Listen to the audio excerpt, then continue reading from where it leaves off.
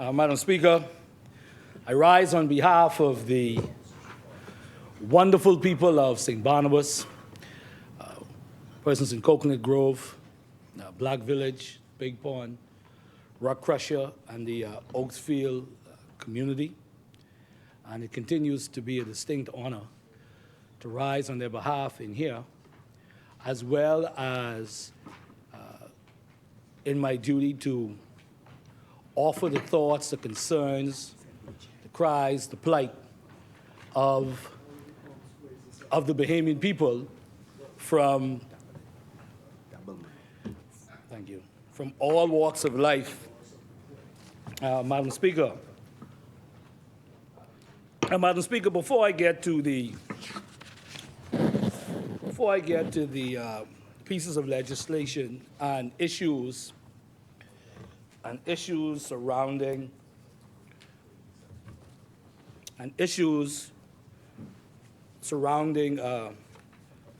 multiple topics, Madam Speaker, connected to these pieces of legislation, I just would like to put on the record some very important sentiments. Thank you very much. Madam Speaker, for all of us in our private avocations and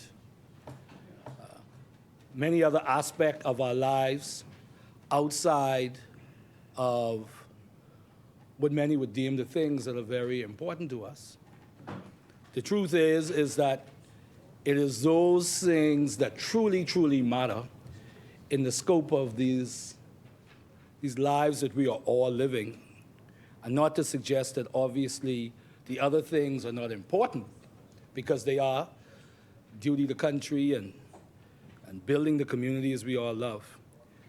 But fundamentally, there's nothing more important that I'm sure we all would agree, nothing more important than family. And so this weekend, Madam Speaker, last week I was out of the country, and this weekend in particular, past weekend, I had the wonderful, joyful experience of attending the commencement ceremony, exercise of my twin daughters, Sharon and Sinead, who graduated from the University of Tampa, one magna cum laude and the other cum laude. And I just wish to put on the record, and because we are in the age of social media, 40 years ago, they would probably have to wait to hear about this, but they'll probably get this in the next 5 minutes. That I'm very, very proud of them, their accomplishment, their steadfastness, and overcoming the challenges that all students at their age do when transitioning from high school into university and just life in general, Madam Speaker. It was a wonderful occasion, heartfelt occasion, Madam Speaker, just to be a father, nothing else. I was shouting like crazy. Didn't exercise much decorum because my oldest daughter said that, she said, "Daddy, you ain't carrying on like an MP all dignified today." I say, no, this is a good day to throw some decorum out, and I shouted out at the ceremony as they received their acknowledgement that God is good. And it was good to know that there were some other parents around me who said that they agree that God is good.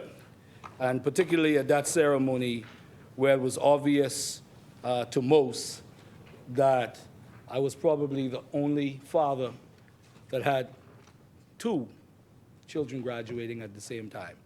So immensely grateful in this life's journey that I'm fortunate to see my daughters graduate from university and continue on the journey to fulfill their God-given purpose in this life.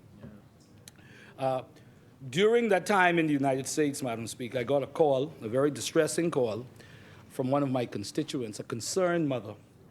And I was so glad, Madam Speaker, I was so glad that I was able to get the call because I was on my way back home, and she called me and she said, "Mr. Cartwright, I have a problem and I don't know what to do." And she told me the quick situation, if you will, about her son, who was in the state of Nevada, and he was staying at an Airbnb, which was burglarized, and he took his passport. And understandably, she was very, very distressed. He was distressed because he didn't know what to do. And she reached out to her MP, and I was pleased that the expectation was, "Mr. Cartwright, see how we can fix this," because I thought it was important. And I do want to thank the honorable member for Fox Hill, who I reached out to and understood the severity of the situation, as well as the Foreign Service personnel that was able to assist. And that young man got down to Miami, and he was able to get back home. And he said that he never thought that being back on Bahamian soil would feel as good as it did, only because it was a very harrowing type of experience, very harrowing experience. And I found out today that one of the things that did happen, and that was a help actually, that he works at LPIA here. And so one of the things that in their diligent assessment, they were trying to figure out, because of course now he was preparing to travel within the United States with his driver's license to get down to Florida. But they had some other questions. And it did help, in fact, that he was someone that works at the airport here in Nassau, which gave some solace to, I guess, the personnel there. This is somebody, obviously, of good repute and good character, as he was attempting to make his way back to the Bahamas. So, member for Fox Hill, thank you very much, and the family is very, very great.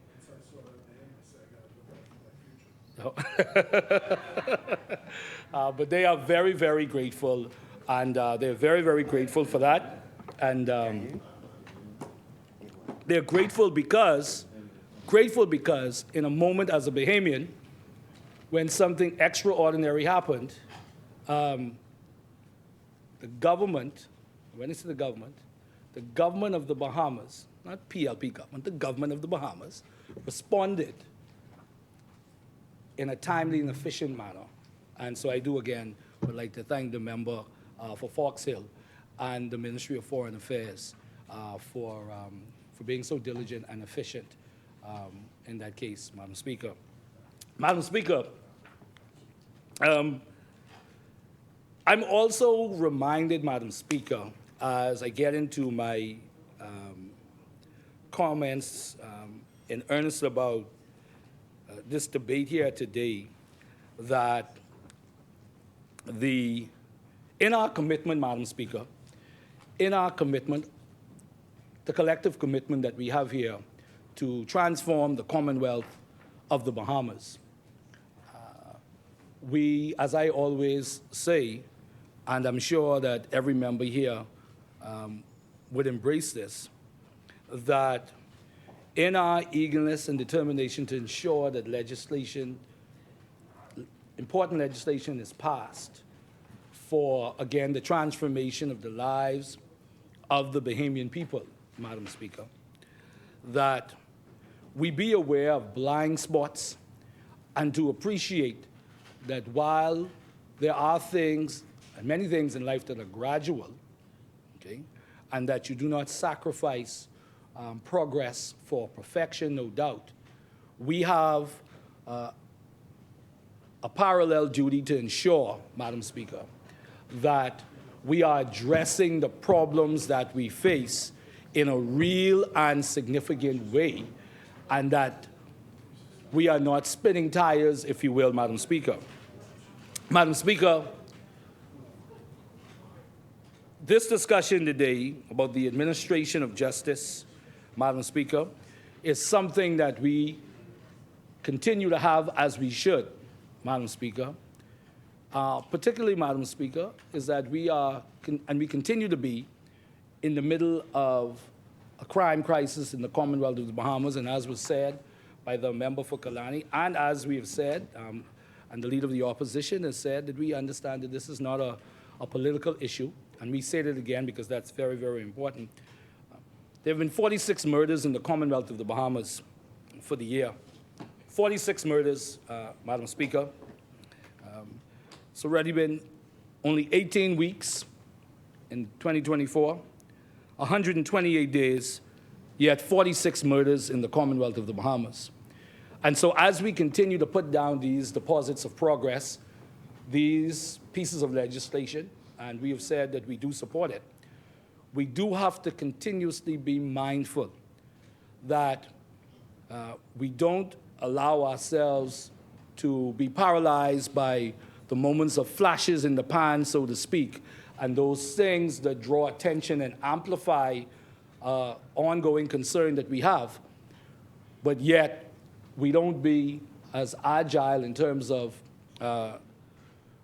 solutions that would start to truly act in a preventative way.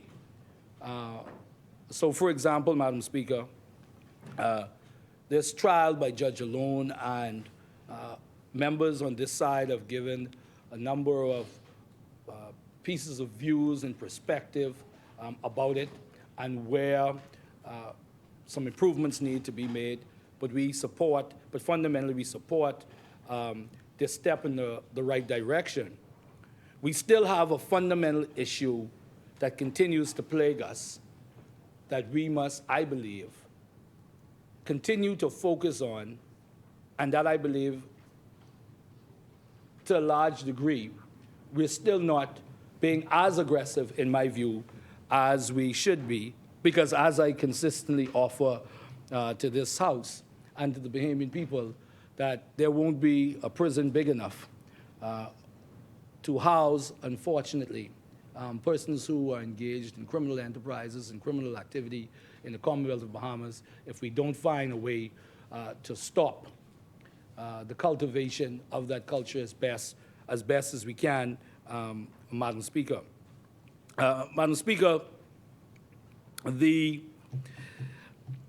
idea of criminal justice reform in the Commonwealth of the Bahamas is a debate that has been raging on for decades, and there is no doubt that the efficiency or lack thereof in certain respects, and there has been progress, Madam Speaker, but it does mean that until it gets to its optimal level, that justice in many regards will continue to evade us in the way that we feel that justice should be applied in the Commonwealth of the Bahamas, Madam Speaker. The member for East Grand Bahama, gave his views on the death penalty, and there have been a number of different opinions given in here, Madam Speaker. And from my vantage point, Madam Speaker, where my fundamental view on justice, if you will, Madam Speaker, that would act as a point of reference or inform the overall view that we may have on capital punishment, and for me to speak, my Lord, is the fact that we know that justice should be tempered with mercy. We can accept that. But it must not lose sight of the idea of retribution and its importance in our society, Madam Speaker. And yes, I'm sure the debate will continue on about the idea of how much of a deterrent, Madam Speaker, that the death penalty offers in the Commonwealth of the Bahamas. And though, Madam Speaker, this is not what we're debating today, I just thought it was important because different views were given today, Madam Speaker, relative to so many aspects of what's going on in the Commonwealth of the Bahamas, Madam Speaker. But Madam Speaker, this trial by judge alone, Madam Speaker, we know that there are many advantages to it, Madam Speaker, many advantages. Some people feel that judges are, I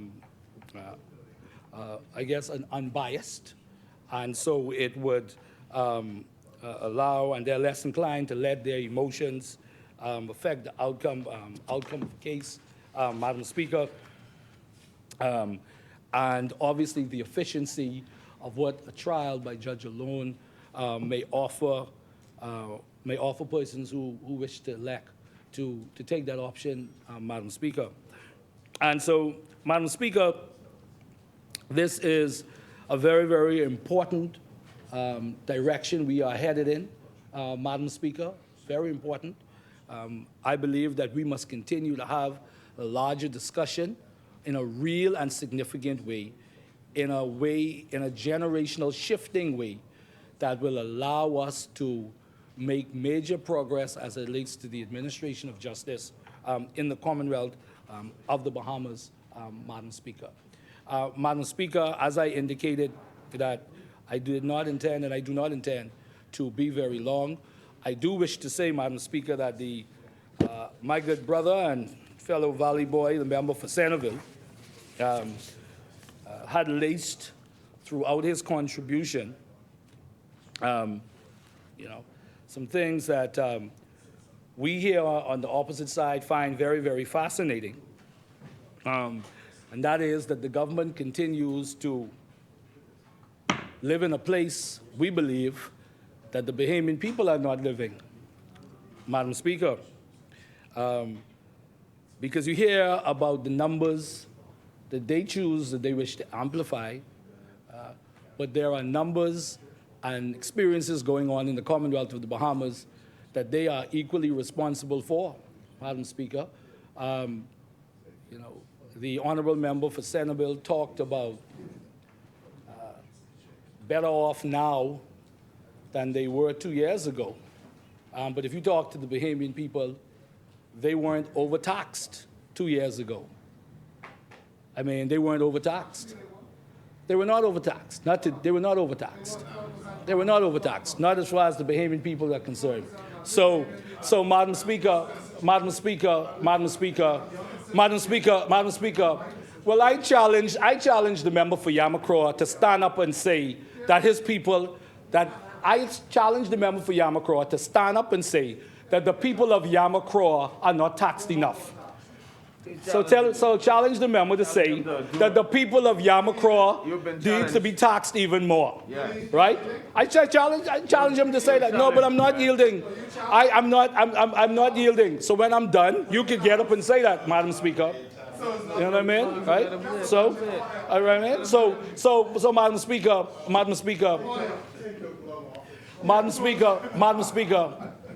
I challenge the honourable member for him to say, no, Madam Speaker. Go ahead. You say point of order. Go ahead. No, go ahead. The chair Tell the people from Yamacraw. Madam Speaker, the member is misleading the public. It's very clear and on record that the VAT tax, which is the government's collection of revenue in the country, was 12% across the board. Was 12% with a few items exempted, and we would have stretched the amount of exemption when it comes to price control. We would have stretched that more than double, and we would have decreased across the board the VAT, the 10%, and we would have decreased many of the customs duty items, many of them, numerous of them. So many numbers. So the good member from St. Barnabas, the narrative that he is trying to give now is false, based on the fact that the taxes have been decreased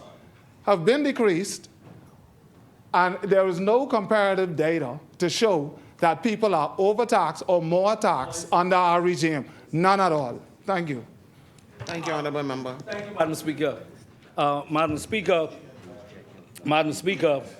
Madam Speaker, I challenge the member for Yamacraw to say that the people in Yamacraw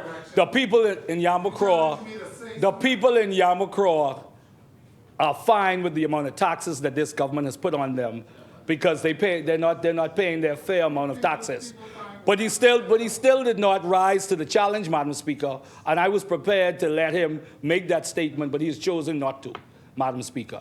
Because the truth is, Madam Speaker, the truth is, Madam Speaker, as I said, the member for Centerville made the point about the conditions, that the people of the Commonwealth of the Bahamas find themselves in now, Madam Speaker. And again, Madam Speaker, this is a government, Madam Speaker, that promised the Bahamian people that there would be no increase in taxes and no new taxes, all right? And that's exactly what they did, Madam Speaker. Taxes and fees hurting the Bahamian people, and they are struggling. Yet again, Madam Speaker, in their world, all is well.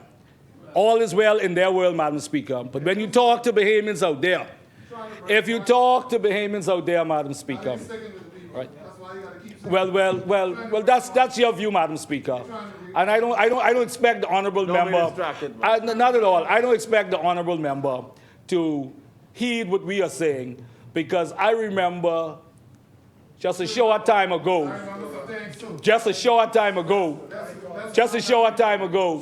when the members opposite were on this side, and they were warning us, Madam Speaker, about the things the Bahamian people were saying. And the truth is, many of us say they talking foolishness, but now it's reversed. See, they telling us we talking foolishness.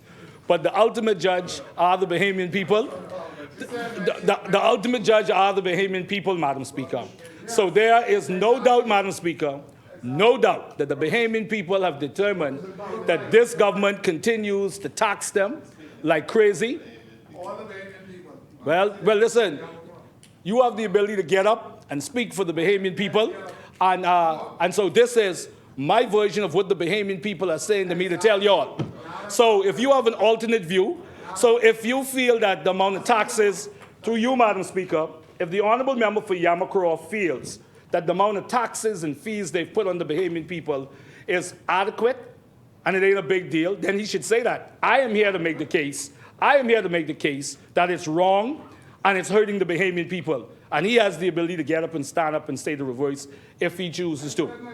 Okay, no problem, Madam Speaker.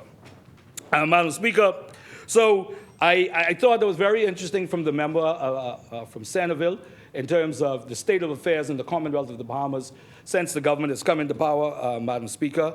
High electricity bills, Madam Speaker, is killing Bahamians. It's killing our people, the high electricity bills. And we don't need to go into all of the bad decisions the government has made relative to BPL. The truth is, the struggles that the Bahamian people continue to face, the struggles that the Bahamian people are continuing to face is a direct result of the decisions that the government has made. And no matter how they try to convince themselves, Madam Speaker, and lotion themselves, Madam Speaker, the truth is, Madam Speaker, that the Bahamian people have seen this government for what it is, Madam Speaker. Madam Speaker, I thank you so much, Madam Speaker, for the opportunity, Madam Speaker, to support this bill, Madam Speaker. To support this bill, Madam Speaker. Thank you very much. Thank you, Honourable Member. Asmini?